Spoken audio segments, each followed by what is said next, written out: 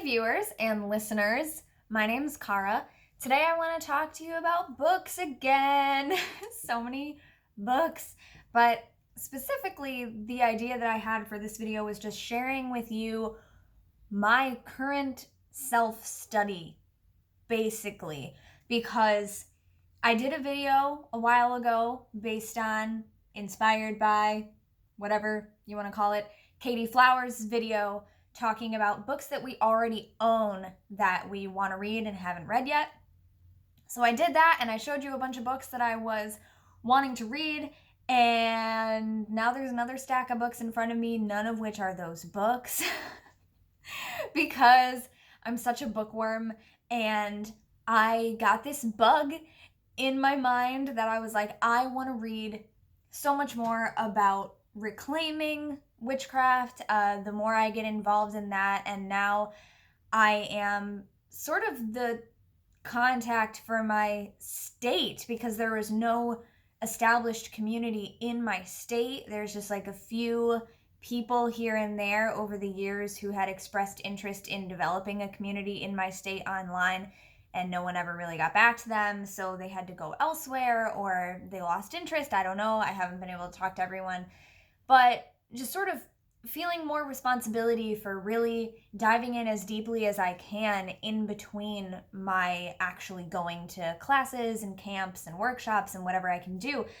So I got this bug in my mind to ask my partner, who is also a librarian within our public library system, to look up all of the books on my reading list for me and see what the library has, and if they have some of them, cool, like send them my way and I'll start kind of incorporating them into my constant reading regime. Well, Starhawk has written a lot of books, not just these ones behind me, The Spiral Dance and The 12 Wild Swans, and that's my planner that Lauren got me, my unicorns. Not just this one that a lot of people know, and these that I've read multiple times now, and years ago, the first time that I read these. Not just these, but Starhawk has written many other books, and I also forgot she's written fiction. So the stack of books that got delivered to me from the library was large, and I'm working my way through them, but also there were other books on my reading list that also came in. You saw most recently on my channel, the previous video is my review of this book, Witchcraft Activism by David Salisbury, which is about magical resistance, which is totally related to reclaiming because it's about magic and activism and social justice and other fill-in-the-blank justice, other types of causes, and various ways that we can incorporate magic into our activism and activism into our magic. So you just saw a review from me previously on this channel on this book.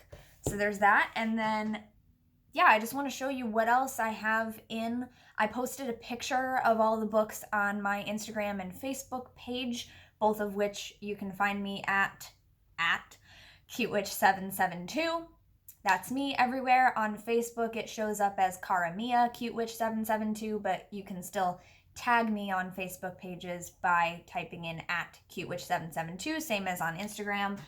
So I posted a picture of the books before one of them came in. So one of these was not in the picture, but there's also other ones that have come in since then and other books that I've just been reading on my own. So looking at this, I was like, this is just funny because this is basically a portrait of my current self-study, So I thought this would be interesting, not only because some people on Instagram have told me it's interesting for them to know what I'm reading personally right now, because I do read books in order to recommend them to people or not. So we talk about beginner books a lot. Which beginner books do we recommend?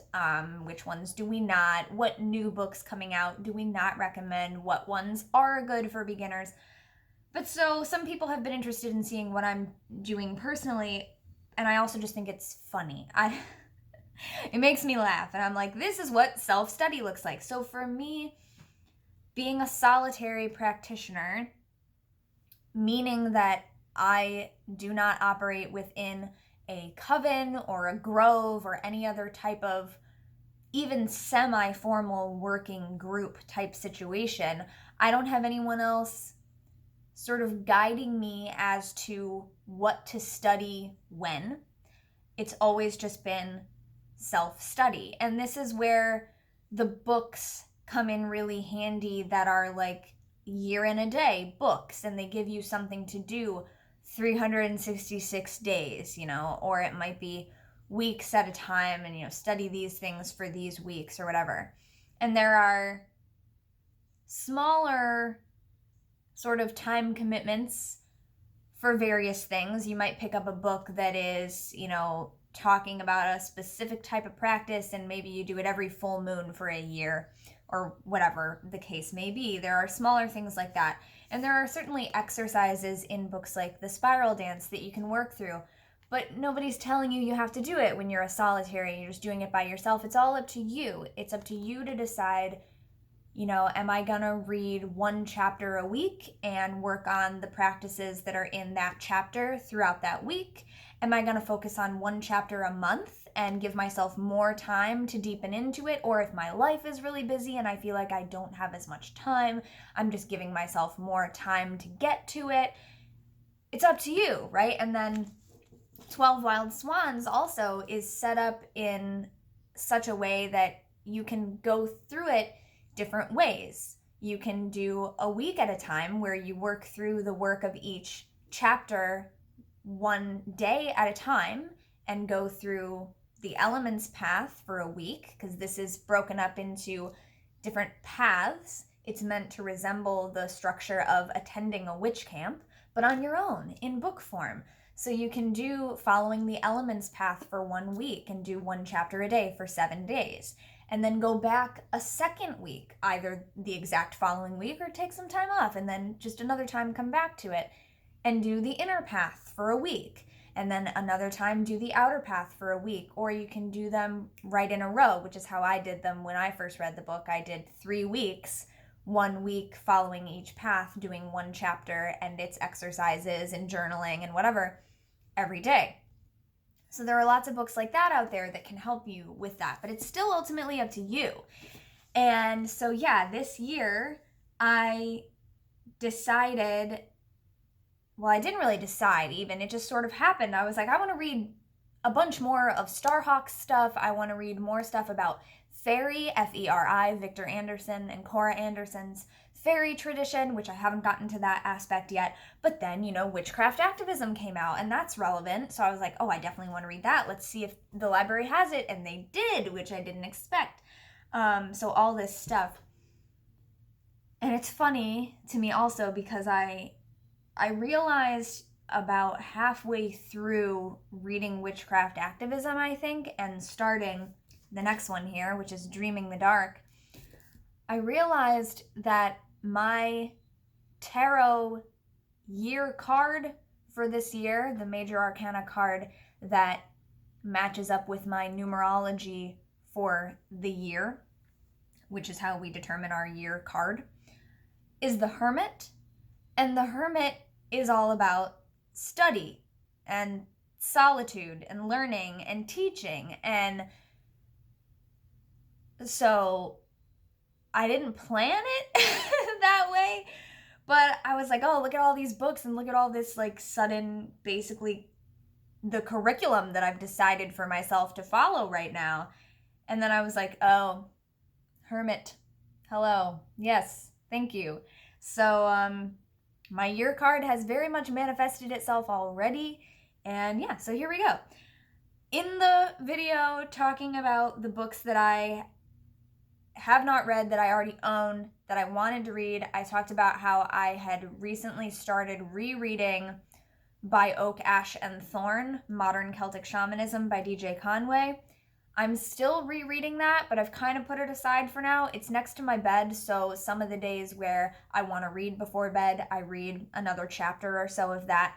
But I've read it before, so it's not like a big priority. I'm just slowly rereading through it, seeing what comes to mind now and how my opinions on things have changed. Another thing that I started rereading that I own and that I've read multiple times.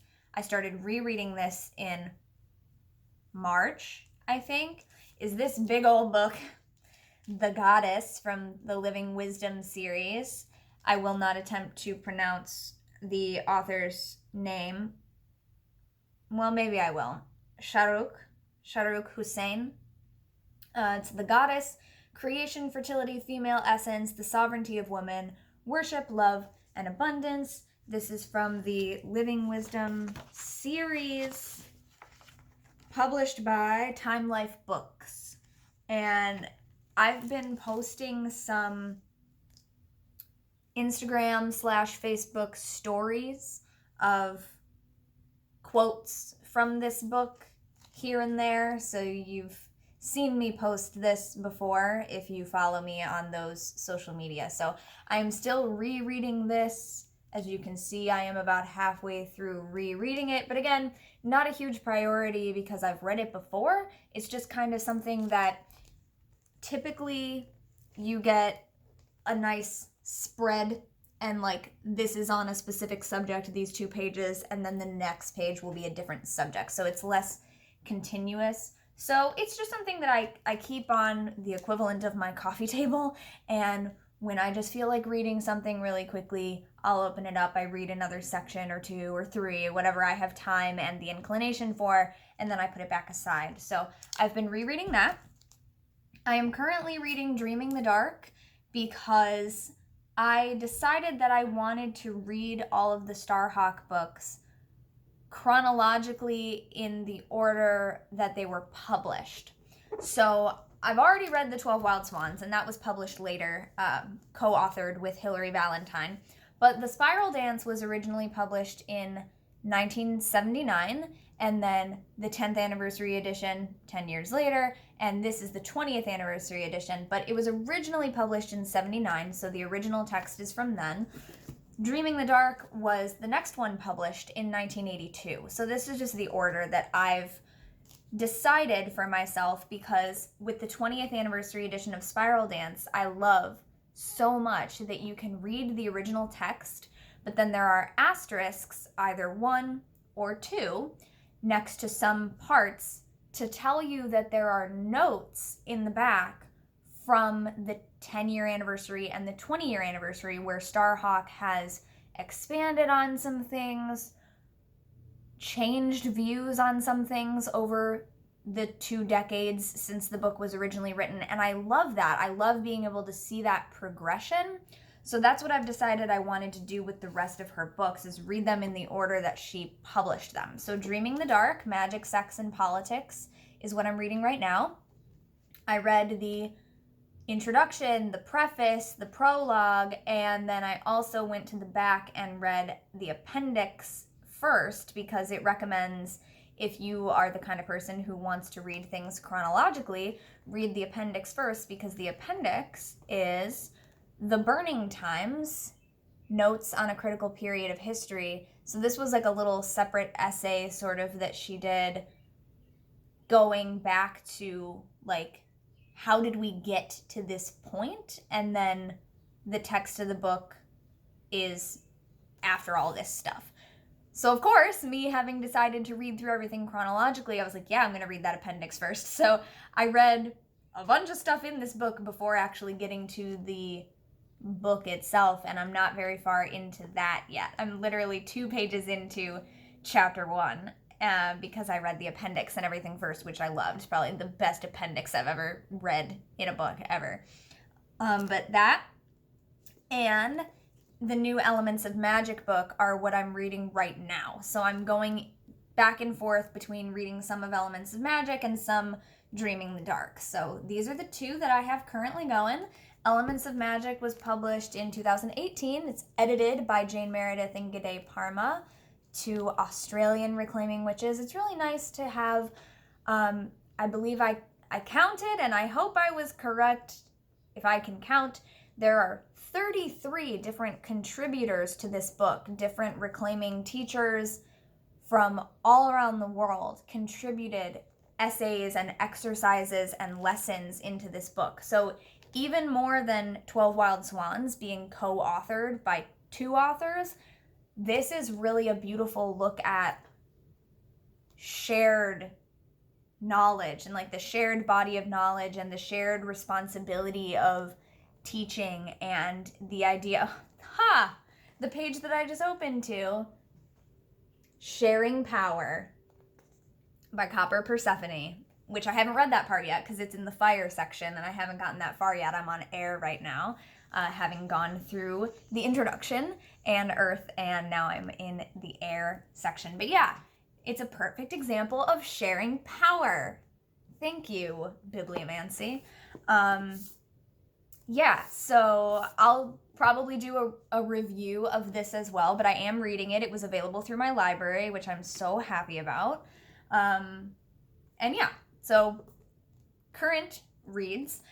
And then going forward chronologically, the next things by Starhawk are actually some of her fiction. So then I would be reading The Fifth Sacred Thing, which is how is it described?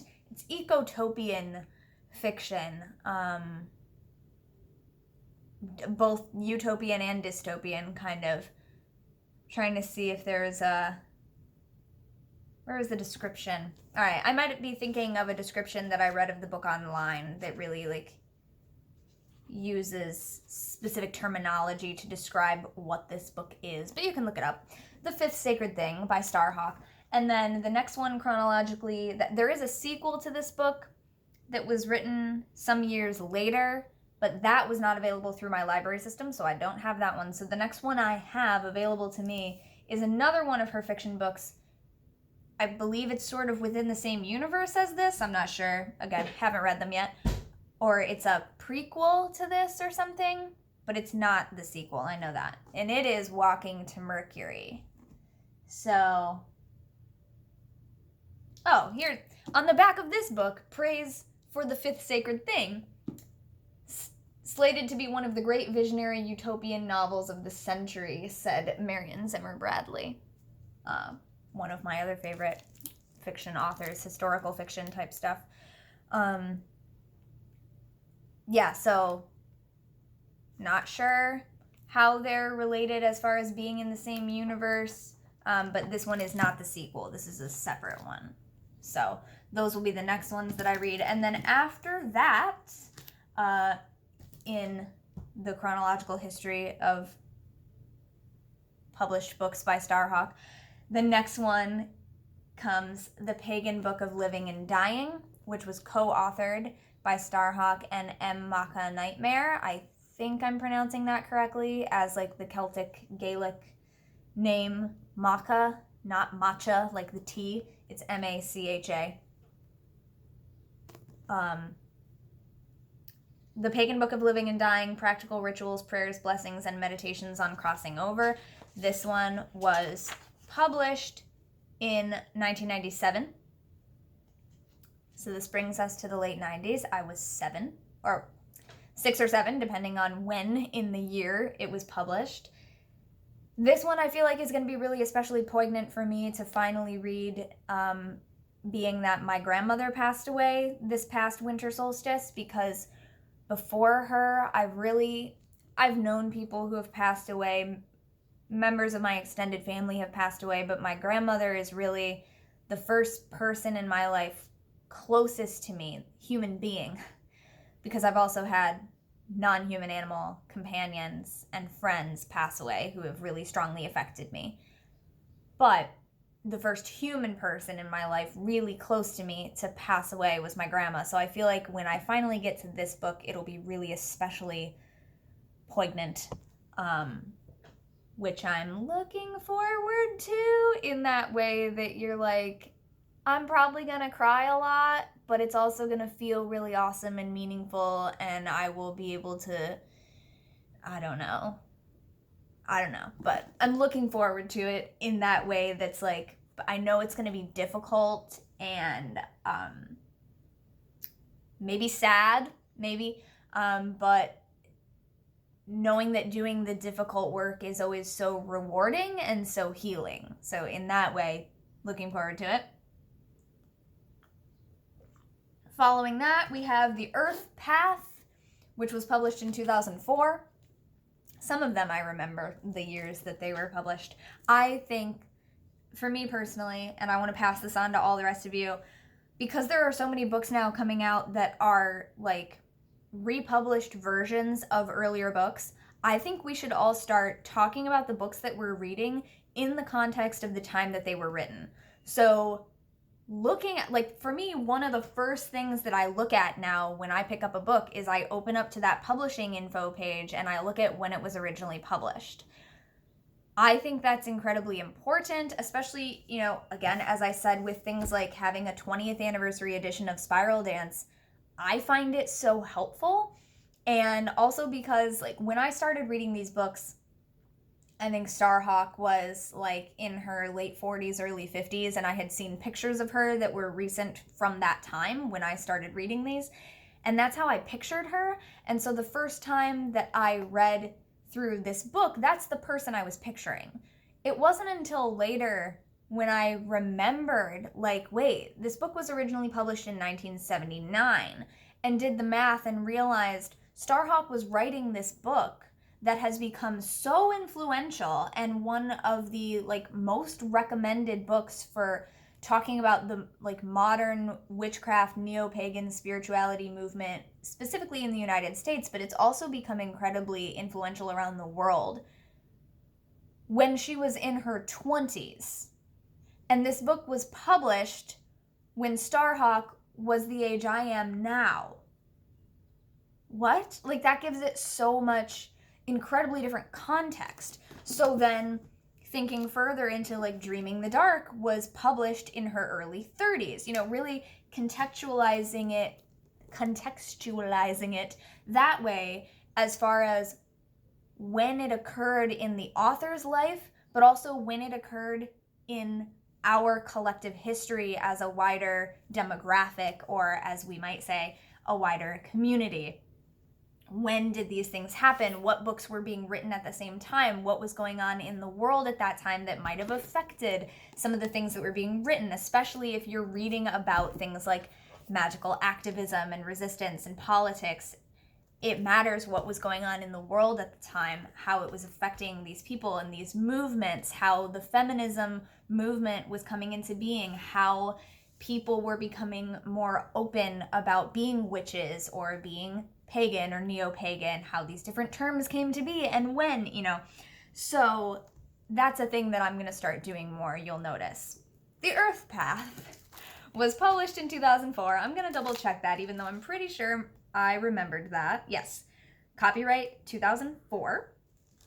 So this book was published around the time when I was first starting to study magic, or a little bit after, around the time that I was celebrating my first Sabbath with other people, openly saying, like, I am celebrating this Sabbath and I'm practicing, or studying at the time, and practicing witchcraft and neo-paganism.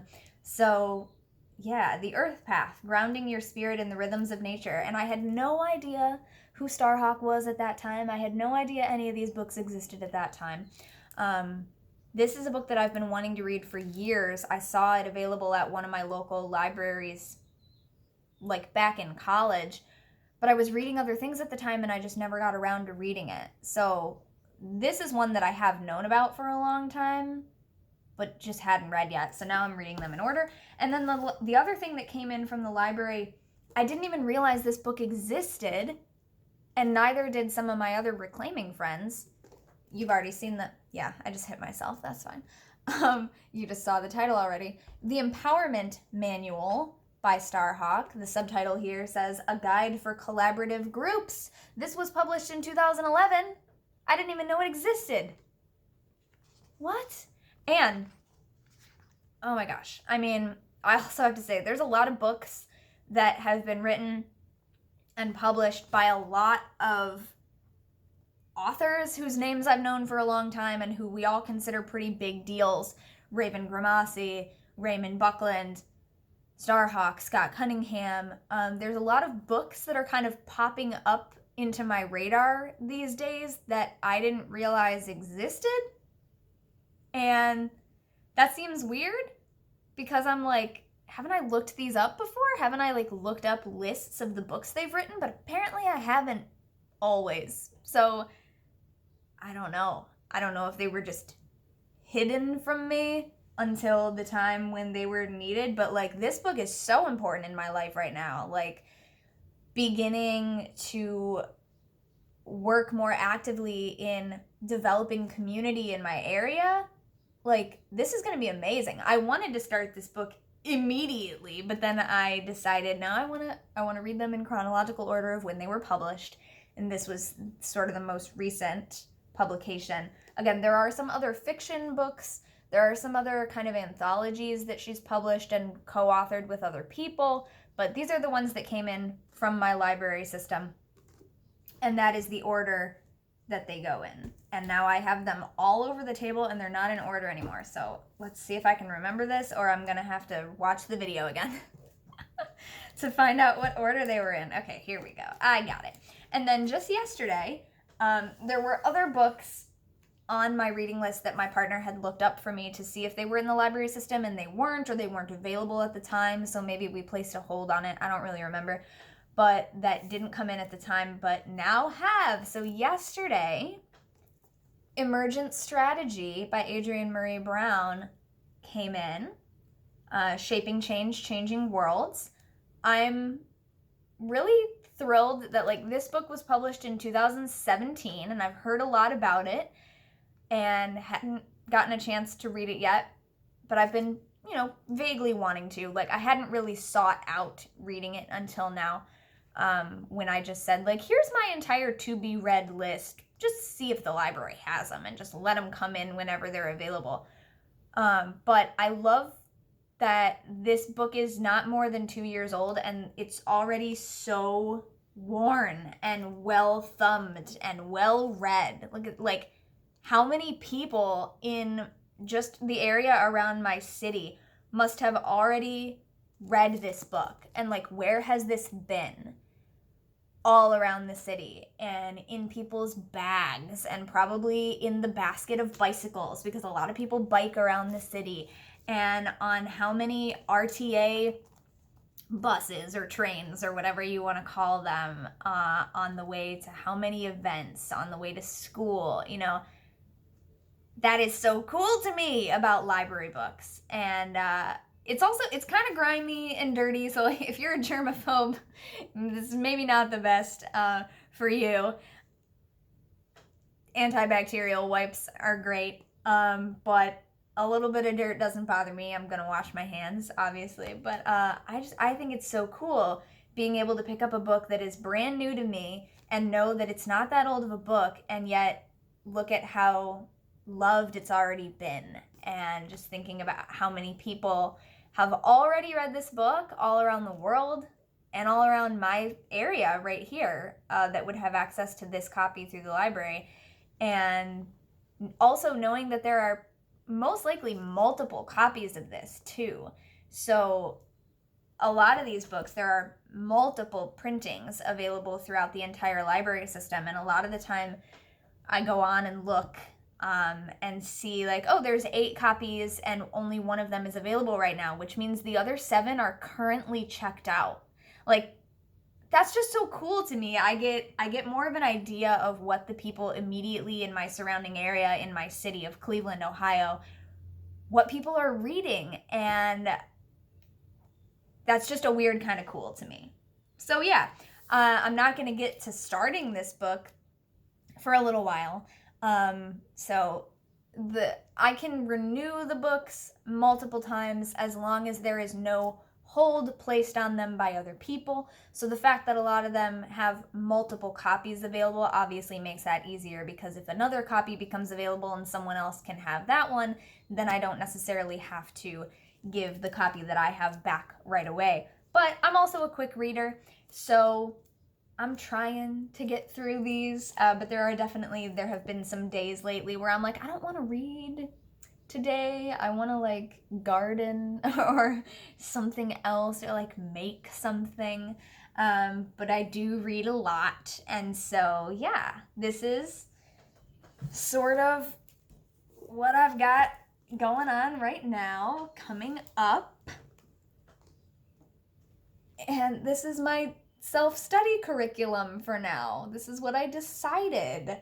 I wanted to read everything that I could by Starhawk and then other things about reclaiming. So I will be seeking out books about fairy tradition, which is one of the traditions that informed a lot about reclaiming.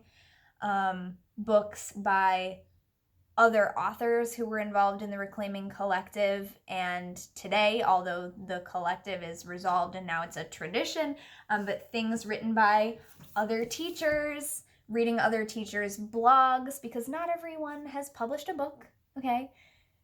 Not everyone who has good things to say and wonderful things to teach you has their own book published. So there's a lot of people in here actually who have contributed to this book who I am lucky enough to say that I know, who I've worked with in person, who I follow on social media, you know.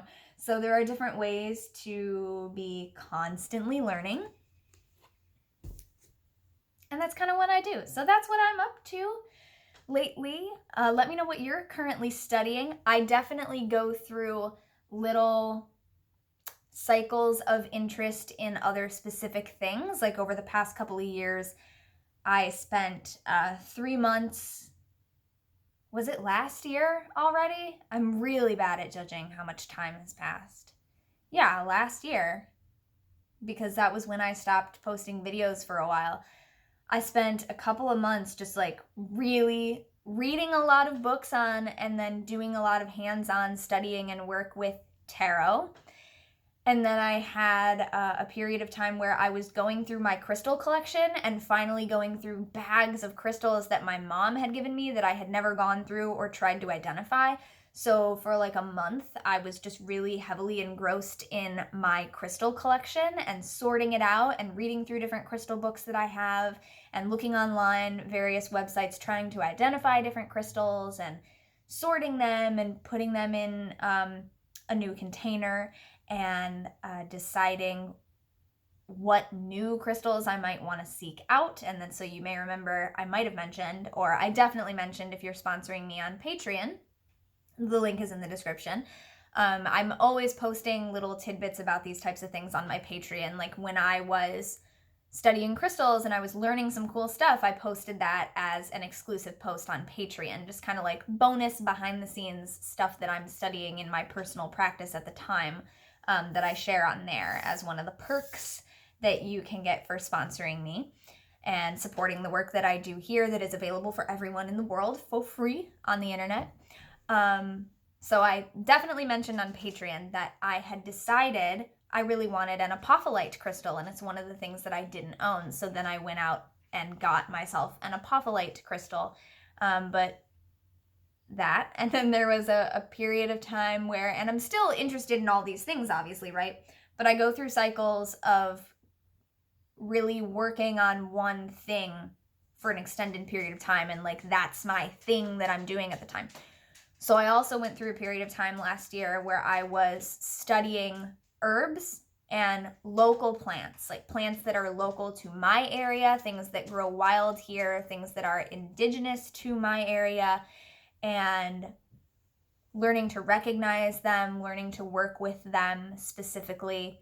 And so I posted a bunch about that in a lot of places. I posted on my Instagram about that as well. So you've seen pictures and video clips of me with my grandma harvesting herbs from her house, from the property where I grew up at her house, and making bundles with them and things like that. So I definitely go through my cycles of being really heavily invested in one of the various areas of my practice.